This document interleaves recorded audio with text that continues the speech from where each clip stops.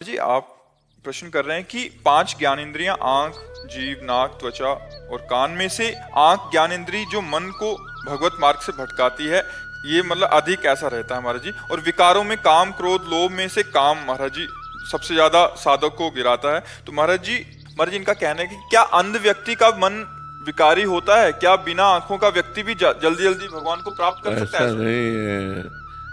आंखें और नेत्रेंद्री अलग है, समझ रहे हैं? ये नेत्र गोलक है, इनमें जो पावर है देखने का नेत्रेंद्रिक है, वो बिना नेत्र गोलक के भी देख लेगी। देखो आप, जब आपके नेत्र बंद होते हैं तो स्वप्न में आप देखते हैं ना, सब व्यक्ति, वस्तु, स्थान, पदार्थ देखते हैं ना। वो कहाँ से देखते हैं? उस समय तो नेत्र बंद होते हैं, नेत्र गोलक बंद होते हैं। देख लेती है कि नहीं देख लेती? आप जब कल्पना करते हैं तो कल्पना में जो दृश्य दिखाई देता है वो कहाँ से दिखाई देता है? नेत्रेंद्रिय से दिखाई देता है।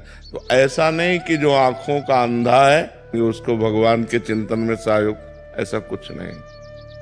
भगवान के भजन के द्वारा इन इंद्रियों की विषय वासना को शांत किया जाता है।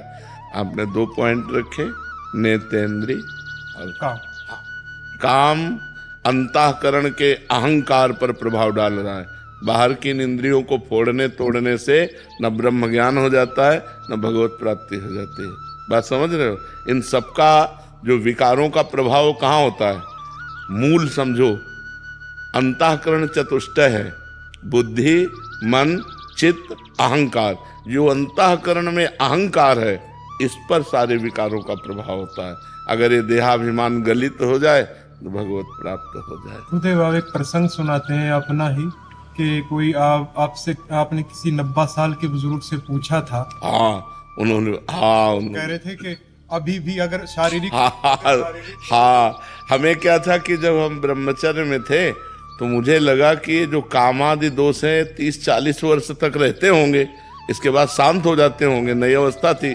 तो हमें लगा कि इसको किसी विज्ञ जन से पूछना चाहिए, क्योंकि ऐसे पूछना ठीक नहीं। तो गांव के वो प्रधान थे और वो 92 वर्ष की अवस्था के थे और बड़ी श्रद्धा रखते थे और गुरु आश्रम में आते थे। तो एक दिन उनके नजदीक बैठकर पूछा, हम कहा देखो आप अन्यथा बुरा मत मानो ना, हम अपनी जिज्ञासा प्रकट, क्या आपके अंदर?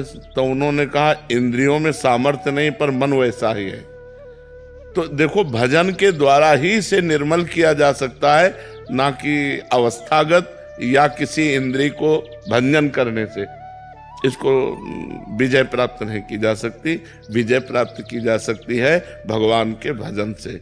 जब हम नाम जप करते हैं, पवित्र आहार संयम से चलते हैं, धर्म पूर्वक आचरण करते हैं, तो हमारी इंद्रियां अचंचल होने लगती हैं। अभी चंचल है, हमारा मन स्थिर होने लगता है, शांत होने लगता है। और जहां मन और इंद्रियां शांत हुई तो निज सुख मिला। जहां निज सुख मिला फिर विषय आकर्षण नहीं होता। नहीं स्वात्मा रामम विषय मृग तृष्णाम भ्रमयति। आत्मा राम पुरुष कभी विषय मृग तृष्णा में भ्रमित नहीं होता। तो ये भ्रम न रखे। भगवान ने कहीं ऐसा आदेश नहीं किया। भगवान ने आदेश किया, अनन्य चेता सततम यो माम स्मरति नित्य सहा तस्याहम सुलभा पार्थ नित्य युक्त योगिना। सुलभा माने मैं उसके लिए सहज में प्राप्त हो जाता हूँ। कौन? जो अनन्य मेरा चिंतन करता है। भगवान ने चिंतन जोर दिया है। अगर हमारा चिंतन कहीं और चल रहा है तो हमारे सामने दृश्य कुछ और होते हुए भी हमें समझ में नहीं आएगा। श्रवणेंद्रिय में शब्द पड़ेगा पर समझ में नहीं आएगा, क्योंकि हमारा चिंतन चल रहा है। तो हमें ऐसा भगवदाकार चिंतन बनाना है कि जगत के सब कार्य करते हुए, जगत के बीच में रहते हुए हम भगवान को प्राप्त हो जाएं। इन इंद्रियों के खंडन करने से, भंजन करने से भगवत प्राप्ति नहीं होती। गुरुदेव, मेरा ये है कि जैसे जो जन्म से अंधा है, स्त्री हो चाहे, लेकिन इस जन्म में अंधा, पूर्व जन्म की चिप तो लगी हुई है। पूर्व जन्म की चिप तो काम क्रोध लोभ मोह मद की लगी हुई है, तो वो संकल्प के द्वारा करेगा, वो दृश्य तो नहीं देखेगा। तो बात चिंतन की है।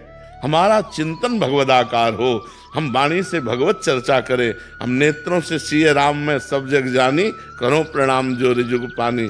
कानों से भगवान की चर्चा सुने, हाथों से भगवत कार्य करें। ये सब मंगलमय इंद्रियां भगवान से जुड़ने के लिए मिली हैं, हम भूल करके विषयों से जोड़ देते हैं।